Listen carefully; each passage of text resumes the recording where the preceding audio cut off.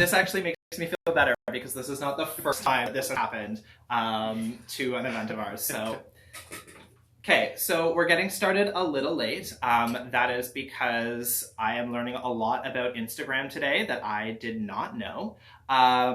So yeah, okay, welcome to round 2 of Max Ottawa's English language nutrition and mental well-being event. So as said, when none of you could hear because we didn't realize we weren't live yet, again, welcome to 2021. So my name is Spencer Pecor. I use he, him pronouns, and I am Max's mental health programs coordinator. And I am joined today by Scott Buck, who is a mental health professional therapist and has a background in nutrition and is here today to help us kind of understand the intersection of the two. I'm now trying to be like, how can I phrase this differently than I was phrasing it the first time? But yeah, so you gave us a great bio, but you obviously know your story best, so I was hoping you might tell us a little bit about yourself and how you kind of came to that intersection of interests and skills. Sure. I'm trying to remember like my story, so the first time too. So my name is Scott, he, him pronouns as well. I'm a mental health counselor, and I came kind of to the relationship of nutrition and mental health through work I did as a personal trainer and in providing kind of advice and guidance with weight loss and whatnot. While I was taking my master's in psychological counseling, I also did a fair bit of research into kind of the impact on physical activity and nutrition on mental health symptoms. And so this is kind of just it's always been a personal interest, and this is a continuation of that. Okay. And so, we're here today to talk about how what we eat can affect the way we feel and our mental well-being. And so any particular points you want to kickstart us off when it comes to talking about that? I think it's important to recognize that the relationship between nutrition and mental health is very invisible, right? So if we have bear walks into the room or something like that, we understand why we're anxious. But with food or improper nutrition, it's really hard to tell whether or not that's a cause of some of the symptoms we have, whether it be anxiety or depressive symptoms. Okay. And so, when we're delving into like stress and anxiety. Mm-hmm. And so how does what we eat kind of factor in, whether it's increasing our stress and anxiety, decreasing, how does food play a role in there? Okay. Are you familiar with the hand model of mental health? I am, from you telling me like 10 minutes ago, but for the sake of those who might not know, let's go over it. Absolutely. Let's do a demonstration. It gives me time to practice. So the hand model of mental health is kind of just, it's important to kind of understand basic physiology of the brain to kind of understand how nutrition can impact our mental functioning. So the hand model, basically, my wrist is essentially the brain stem, and our lizard brain is down here. So this will keep us alive if we're, in a coma or something like that. Just it's enough to keep our basic bodily functions running. Underneath is the emotional center of the brain, so the limbic system. This is where our survival responses are kind of stored, and this is a very urge-based center of the brain. So instantly gratifying behaviors are driven by this part of the brain. Over top of that is the cortex. And by the way, your eyeballs are here, so you're actually like looking at the front of your brain. And the cortex is kind of like the rational center of our brain. It's where our problem-solving behavior comes from, goal-directed behavior, motivation, willpower, all those sorts of things. This part of the brain relies on glucose, and that's the connection to nutrition. So glucose comes from carbs, basically. It can also come from protein, but primarily it's carbs. So if your body isn't fueled right, so if there's not enough glucose getting to this part of your brain, the thinking cap kind of part of the brain, it flips up and your emotional brain takes over. So now your world is being perceived through fight, flight, freeze, or default to enroll behavior.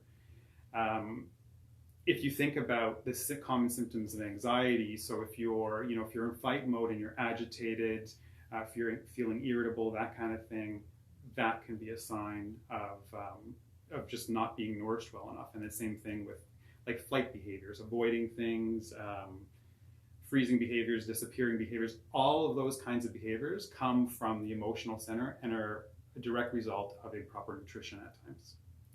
And so if I'm following you properly, and yeah, what I take away from that is if we're not eating healthy, we tend to almost kind of like stress ourselves out more, and we're not necessarily regulating those things properly. Yeah.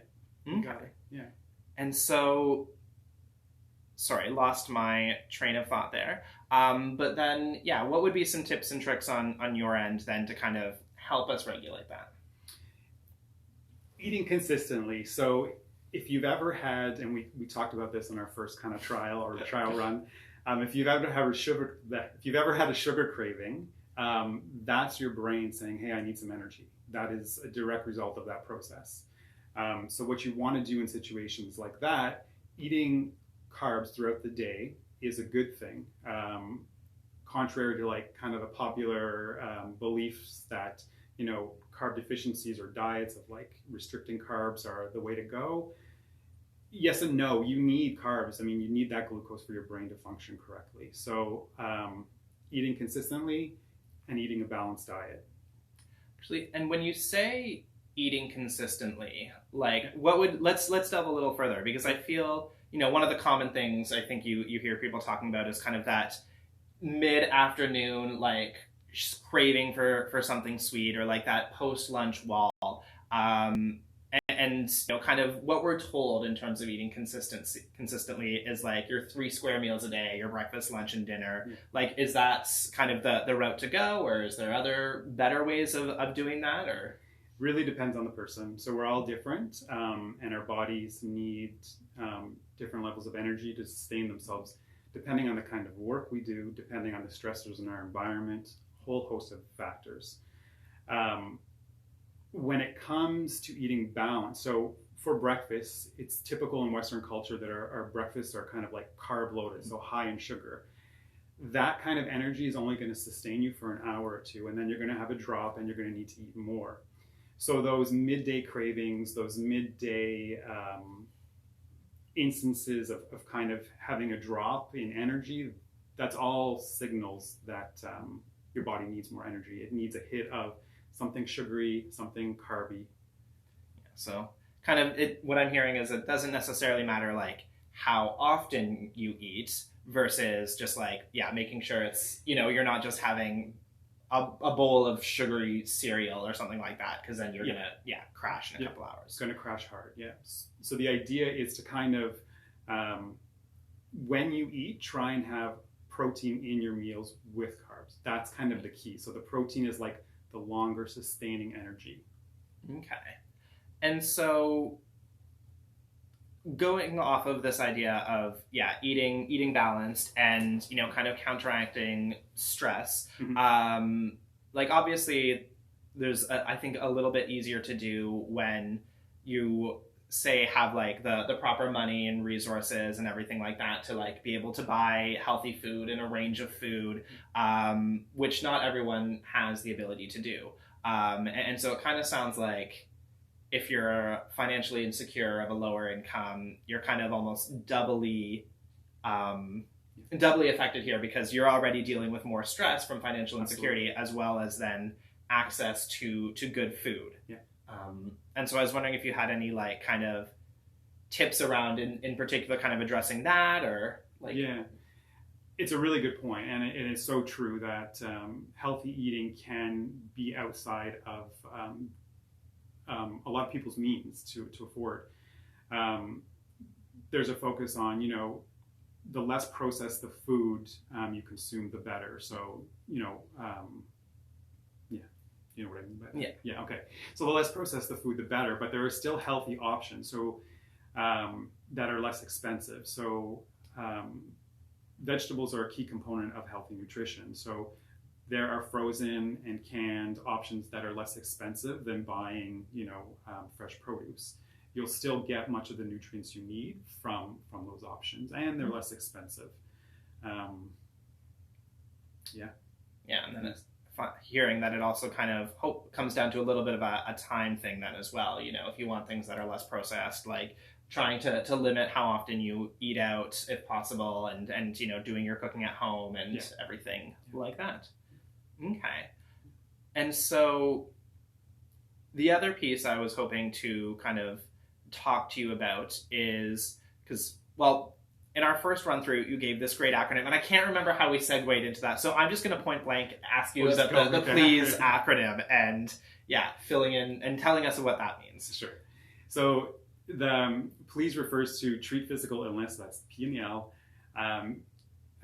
exercise, eating healthy is the first E, avoiding mind-altering substances, sleeping well, and exercise is the last E. So these components are kind of the areas of physical vulnerability that can have a major impact on mental health if they're not attended to. So it just reflects the importance of, good sleep routine, eating well, moving your body. Just basically, it's really important to take care of those physical vulnerabilities. Yeah. And so we've kind of started off talking about eating well, obviously, nutrition and mental well-being, natural place to start.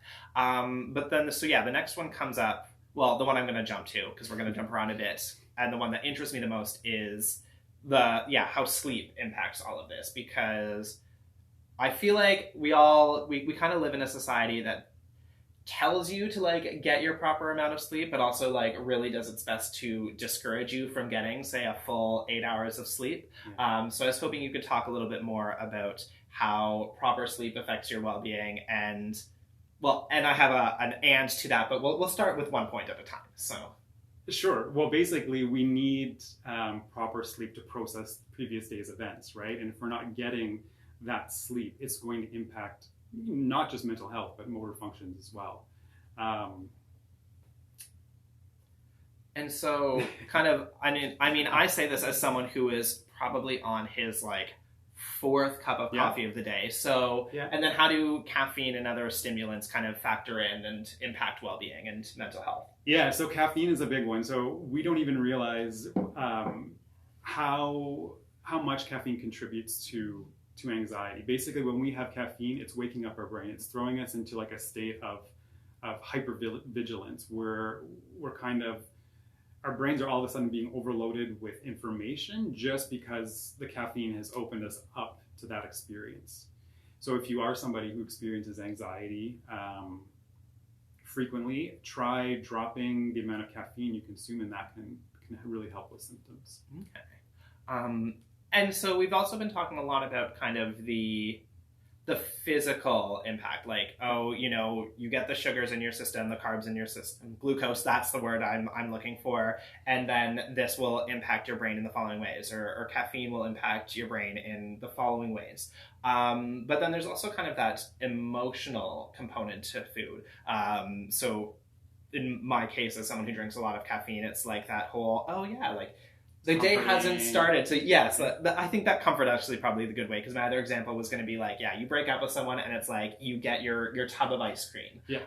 So I was hoping you kind of speak to that piece as well.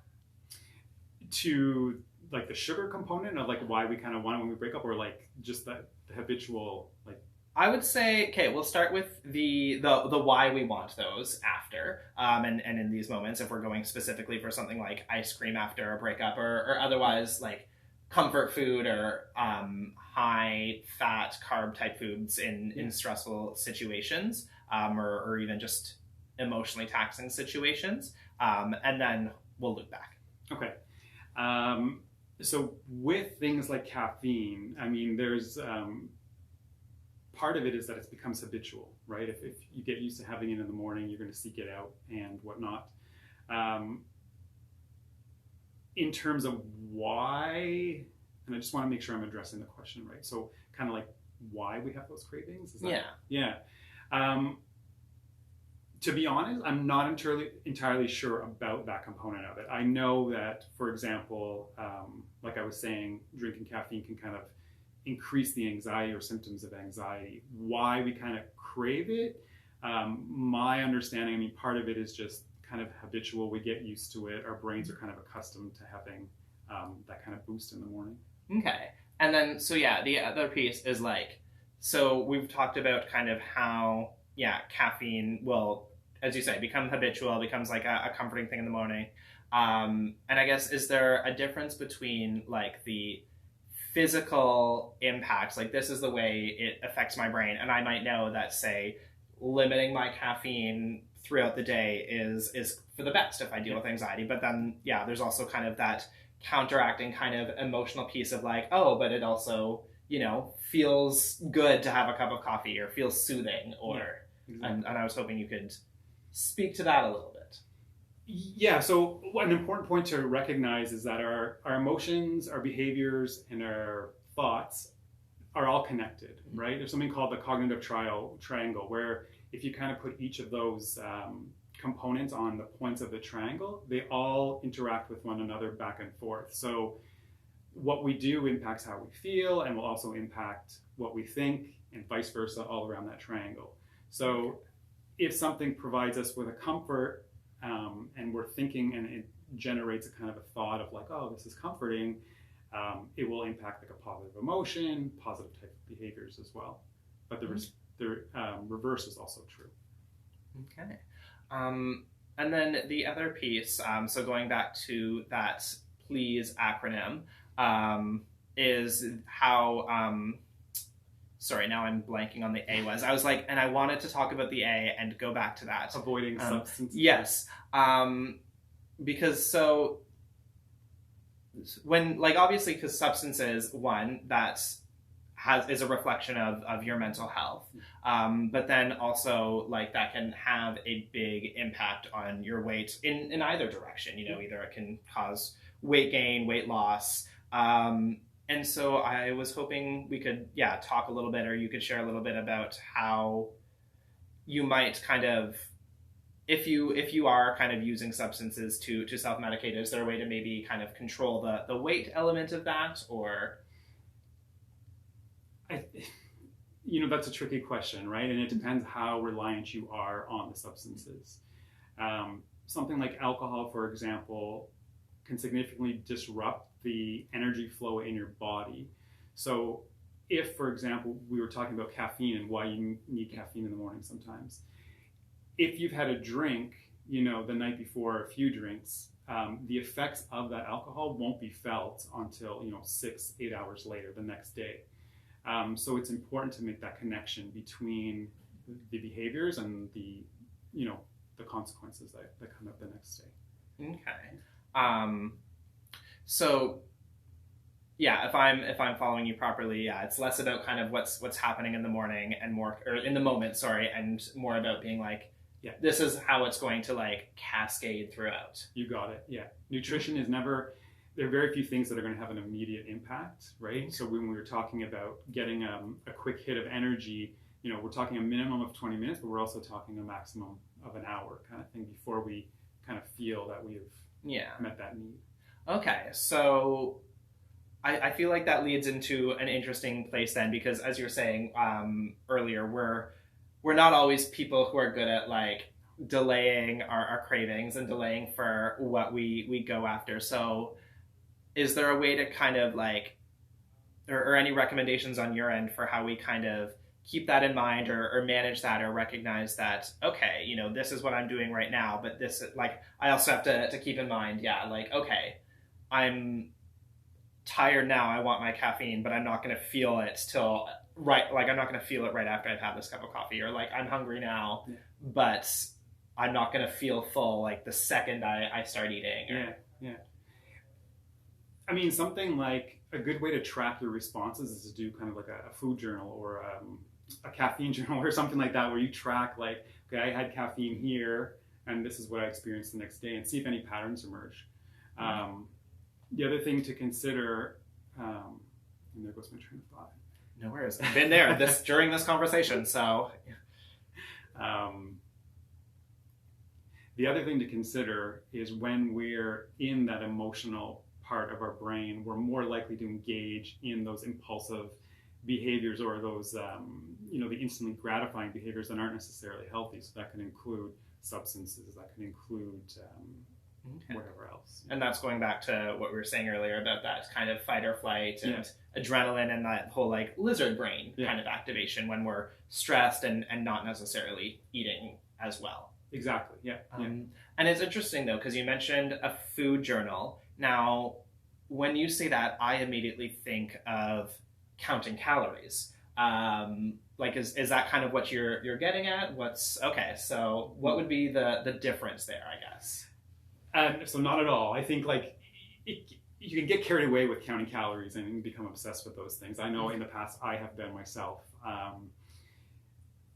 The thing you want to do is kind of track what you're eating to see what the reactions are to it. So we were talking about kind of the connections between thoughts, emotions, behaviors. So if you track, like I drink 3 nights a week. Well, track what happens the next day, what happens for the next couple of days. Alcohol also I mentioned that it disrupts kind of the energy supply. It also significantly impacts serotonin as well. So feeling like a depressant feeling, we all know that exists with alcohol, but there's also a component of it that can increase anxiety. So if you notice like, oh my God, the day after I have drinks, I'm feeling more anxious than I normally do, the chances are it's the drinks that are causing that. So it's not counting the calories so much as it is counting, keeping track of the reactions you have to what you eat. Okay, so hearing like a proper food journal, or maybe that's not even the proper word or the best word to use because proper can mean different things to different people, but like a food journal in your mind, it wouldn't be like, yeah, I had, this.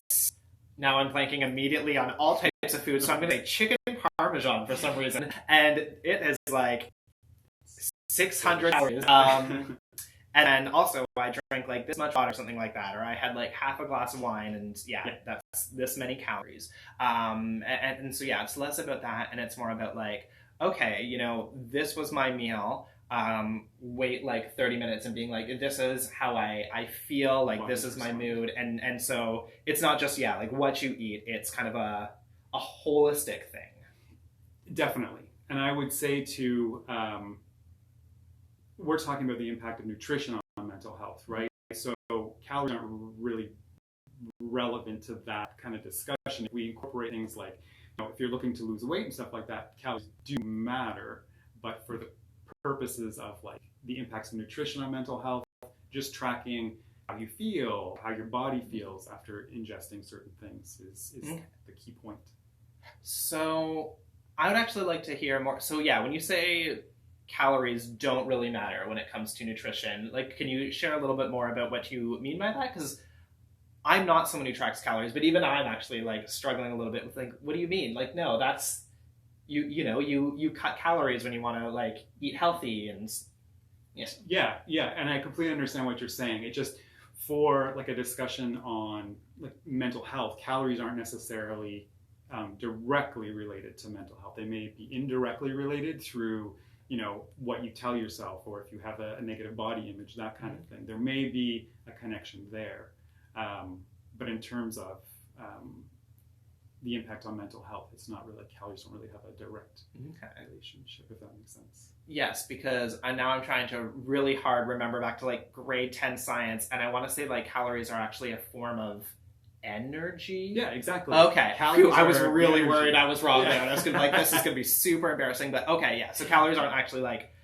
a thing. Like, they're not a substance. It's just like, and there's a whole science to that, like glycemic index and all that stuff, but that's more about like weight loss and whatnot. Yeah, so hearing kind of overall when it comes to, again, nutrition and mental health, it's almost kind of like a you are what you eat type thing is what I'm getting. If you can eat more like healthier, non-processed, kind of balanced foods, then you yourself will feel balanced, versus if you're eating a lot of junk and a lot of mind-altering substances, you will not feel in the right frame of mind. It's absolutely true. And the ratio, so we're looking at basically balanced diet is protein, carbs, and part of carbs is fiber. You also need fat. When we're talking about carbs and protein, we're looking at a ratio of like carbs to protein of like 1:1 to 1:4. So that's kind of a standard you can consider when you're wondering like, well, how much protein should I be eating? Is this cereal full of sugar? Most cereals are a ratio of like 1 carb 7 to 1, so that's like a dessert basic thing, and you're trying to go like 1 to 4. So what I'm hearing is like my Fruit Loops or my Captain Crunch are maybe not the most balanced meals in the morning. That's right. Okay. Do you ever notice like a couple of hours after eating that you kind of like hit a low and maybe you need more coffee? To be honest, I actually haven't eaten a bowl of cereal in probably like 8 years. I think it was really like when I was a kid living with my parents, it was like you wake up, you have your bowl of cereal because it's easy, and then you go to school. Yep. And that was also before I drank coffee. So I don't know that I can really properly address that, but I do remember sometimes feeling tired in school. So I will choose to attribute it solely to that. There you go. Yeah. Yeah.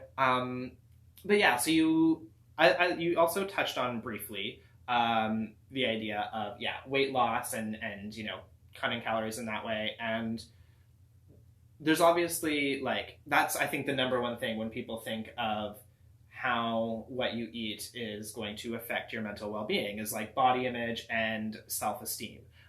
So I was hoping we could have a little bit of a conversation on that, especially because modern society is very much like you need to look a certain way. And so how do you think we can, or do you have any ideas? Because being like, how do we fix this might be a little bit of a broad question, but like, do you have any kind of recommendations or things you found to work to kind of help navigate that, I guess? It's tough. And those pressures are real, right? And when we have a negative body image, well, first of all, within the queer community, the rates of like eating disorders, unhealthy relationships with food are much higher than the heteronormative community, and that's because of the additional pressures and stresses we face related to conforming to body image standards and whatnot. Having that negative view of oneself kind of just, and there goes the train again. When we're kind of, the negative body image doesn't, it's a real source of distress. And we can easily fall into patterns of like, trying to conform to standards and objectifying our own body. So basically, only having, seeing our bodies as only having value for the use they can give to somebody else. And those are the things we really want to avoid. Actually, so something you said that I find really interesting there is, that idea of like seeing our bodies for the use that they have and as only as having value in terms of like what we can use them for. And I would love for you if you do like expand on that idea if you could at all. Yeah. And kind of like what that means. Like, well, first of all, what would you say that means, I guess?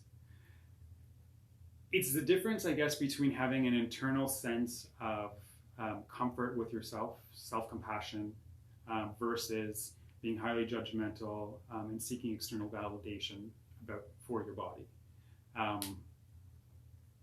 Does that make sense? Yeah, like I guess, kind of if I'm following you properly, it's this idea of, there's the, like I can maybe not look like I'm going to be on the cover of a Men's Health magazine, but I can still be healthy and my body can still be like functioning properly. Exactly. And kind of recognizing that is its own value versus, how much I can like bench press or something. Yeah, exactly. Like that. Yeah, definitely.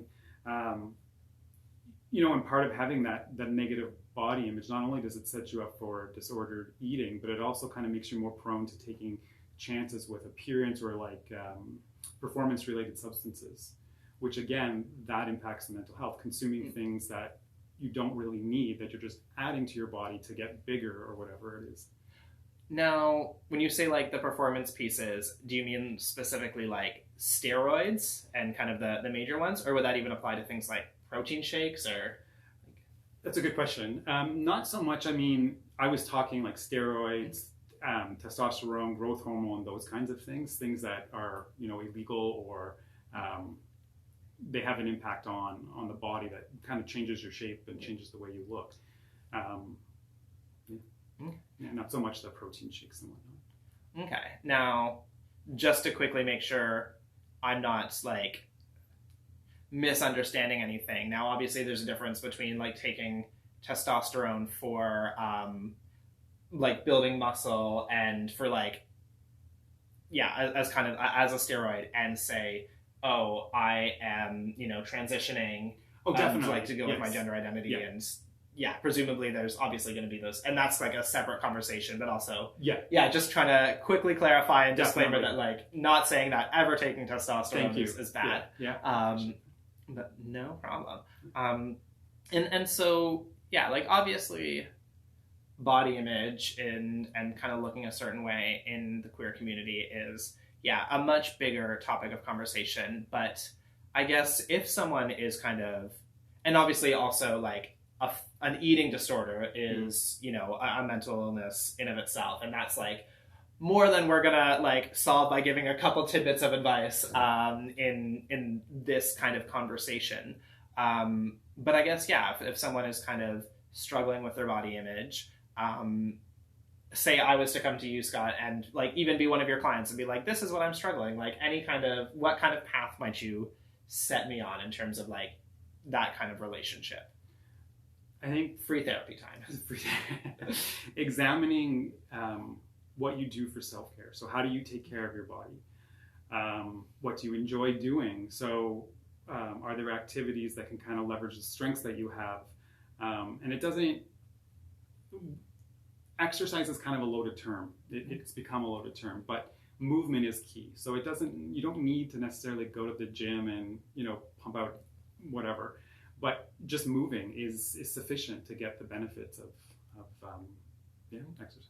Yeah, so kind of it sounds like, it's not so much about working out or anything like that. You don't have to go to the gym unless you want to.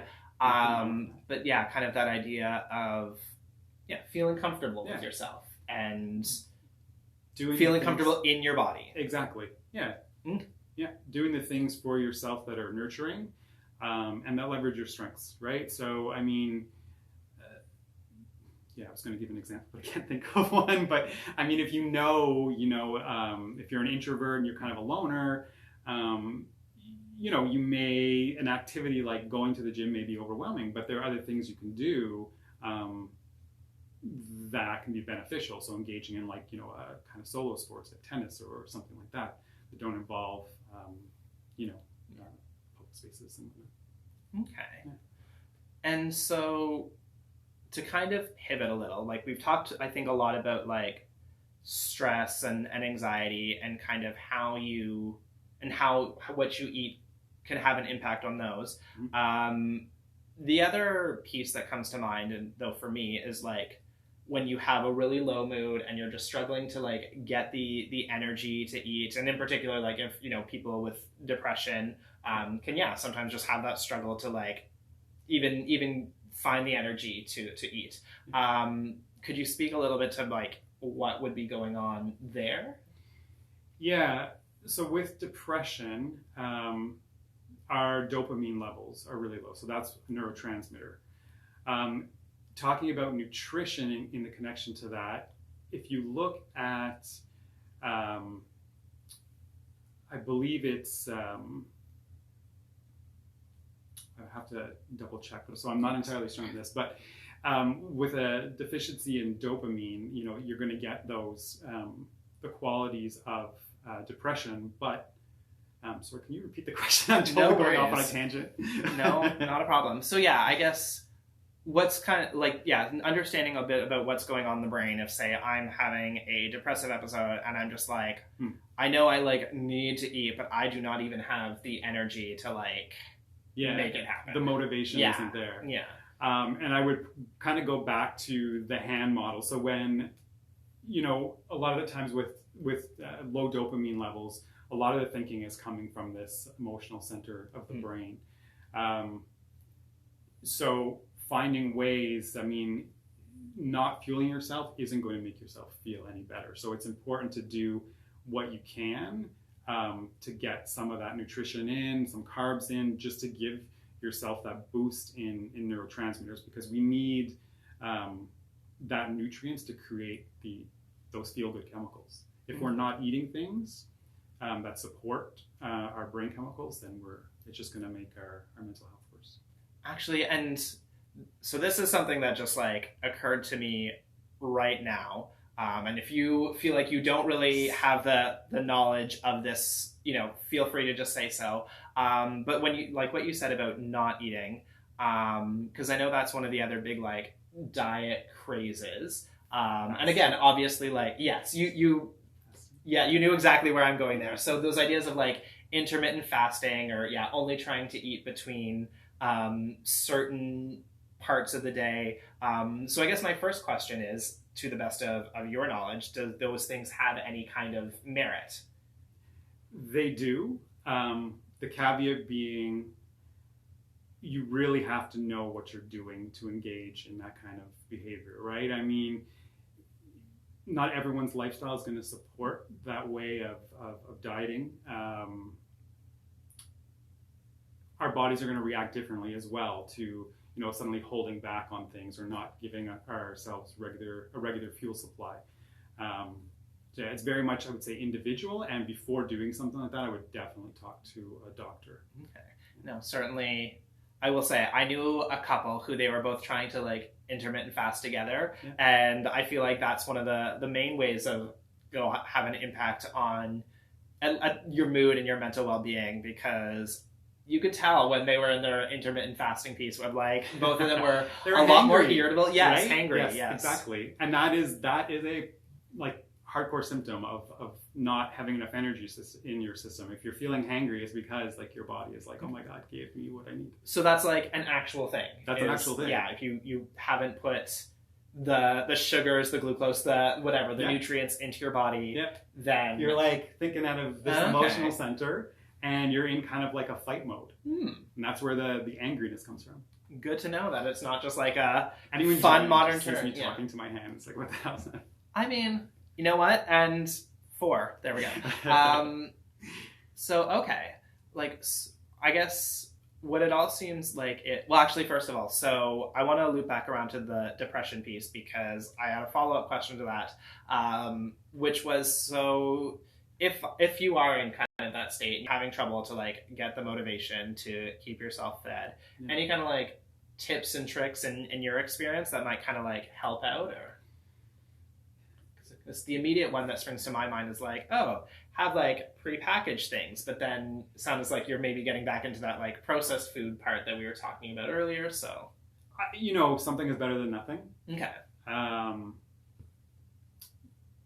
Yeah, I mean, indirectly, it's, I would say, find and it's hard with depression, right? Because you're not motivated. So saying just do this, well, that's not really a solution. But definitely like preparing small snacks, making things as easy as possible for you, definitely beneficial. So the less thinking you have to do about something, the better. And I guess that actually gets at maybe a more overarching piece, because there's also a difference between like what you eat kind of impacting like your mood and your mental well-being versus when something is kind of when you're actually dealing with like mental illness and depression or an eating disorder, or really like any kind of mental illness. Obviously food's going to play a role, but like there's also other things going on there, I guess. So did I describe the cognitive like model in this? Yes, you did. Of like thinking, emotion. Physical, okay.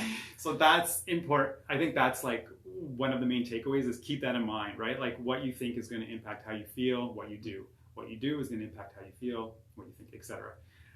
So with that knowledge, there's power in that knowledge, right? So if you're trying to engage with an opposite emotion, for example, if you're feeling down, that can often improve thoughts. It can also improve behavior. So just trying to make yourself happier by doing something is nurturing or calming or whatever it is, can get into that triangle and really make things more positive.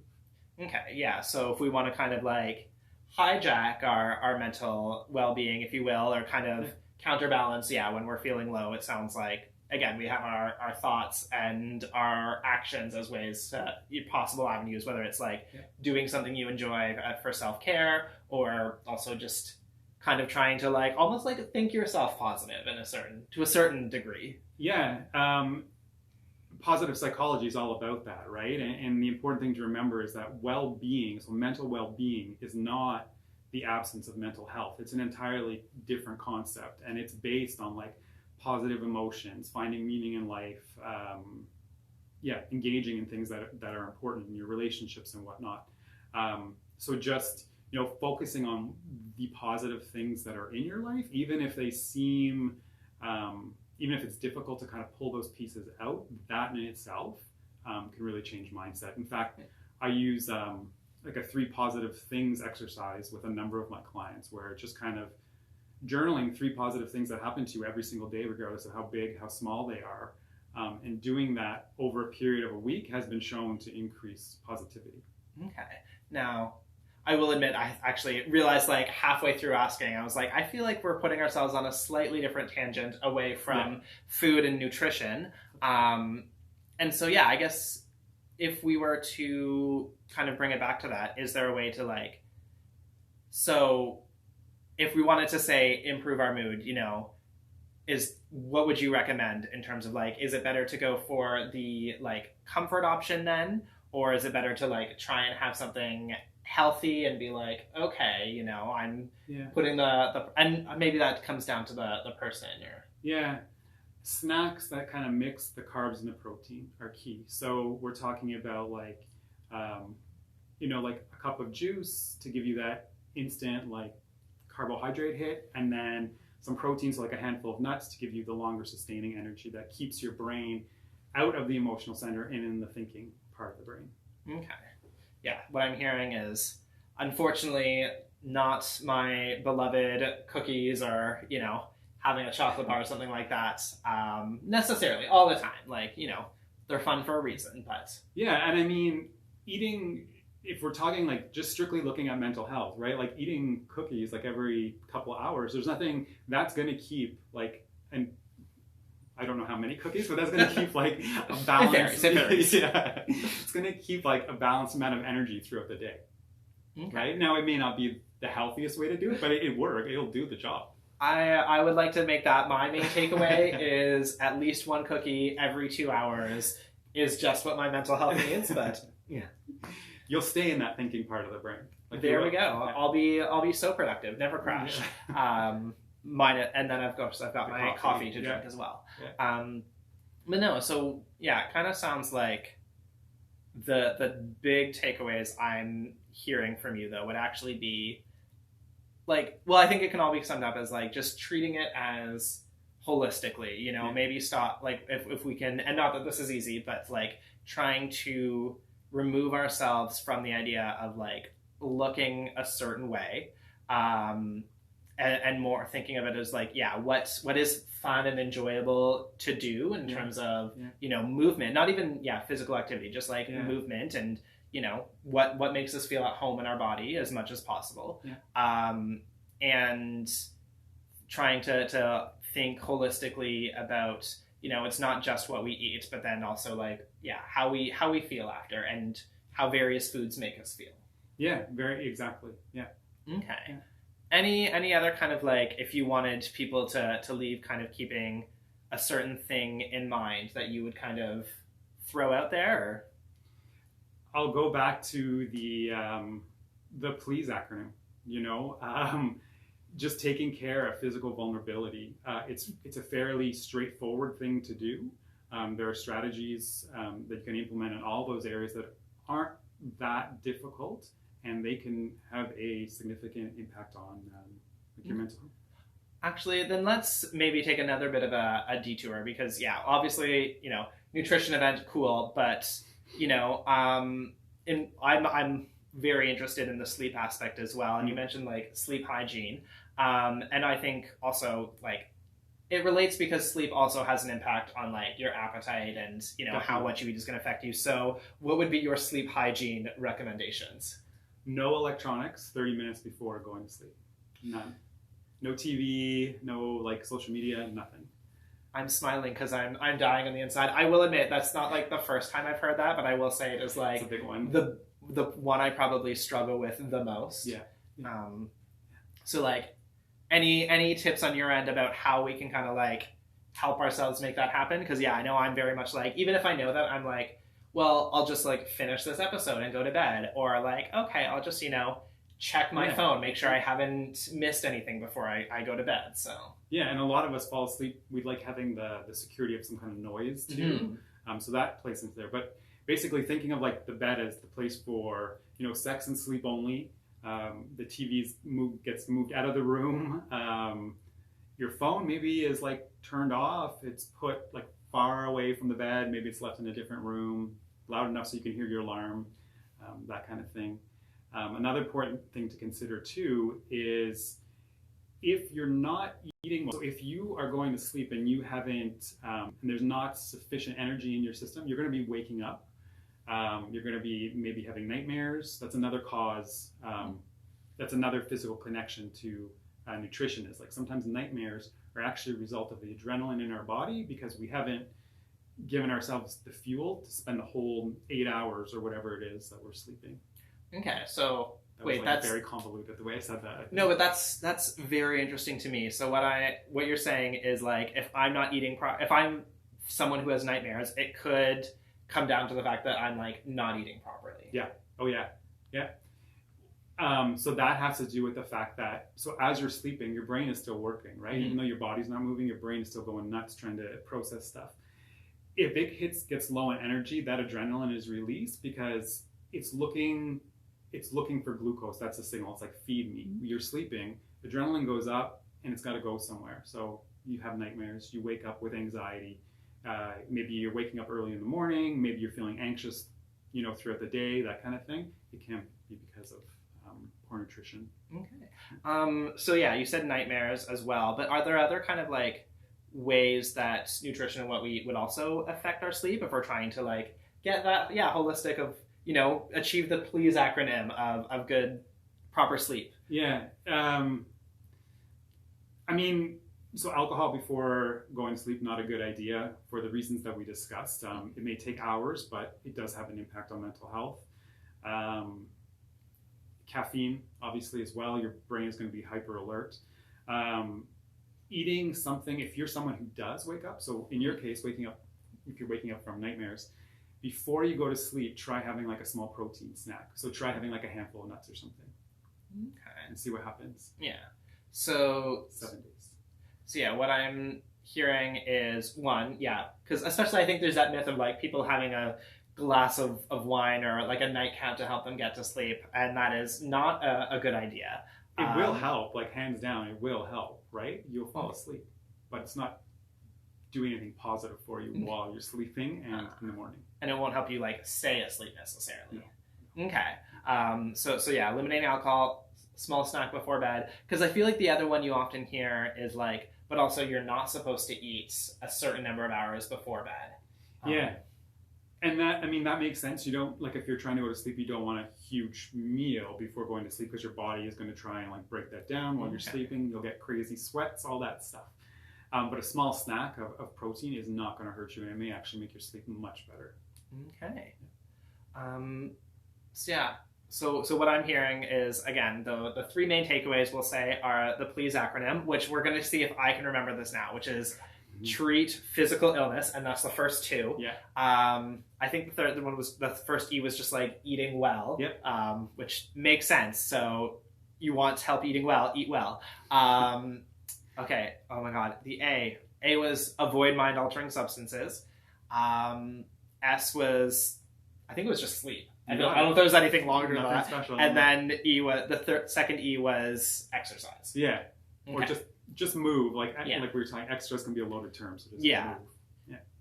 I'm trying to see please them. Engage in movement throughout the day. So there we go. As well as and then a large part of it also comes down to just, you know, as you said, exercise being a loaded term. So just, you know, instead of trying to achieve something specific in terms of what you're going for, like just try and enjoy movement and enjoy, you know, understanding your body, if you will. And then if you are someone who wants to kind of learn more about how your current diet is impacting your mental health specifically, just try and keep track of not only maybe what you eat over, say, a 7-day period, but also kind of how you feel after. Definitely. And as a reminder that doesn't include, making sure you have, again, the calorie counting.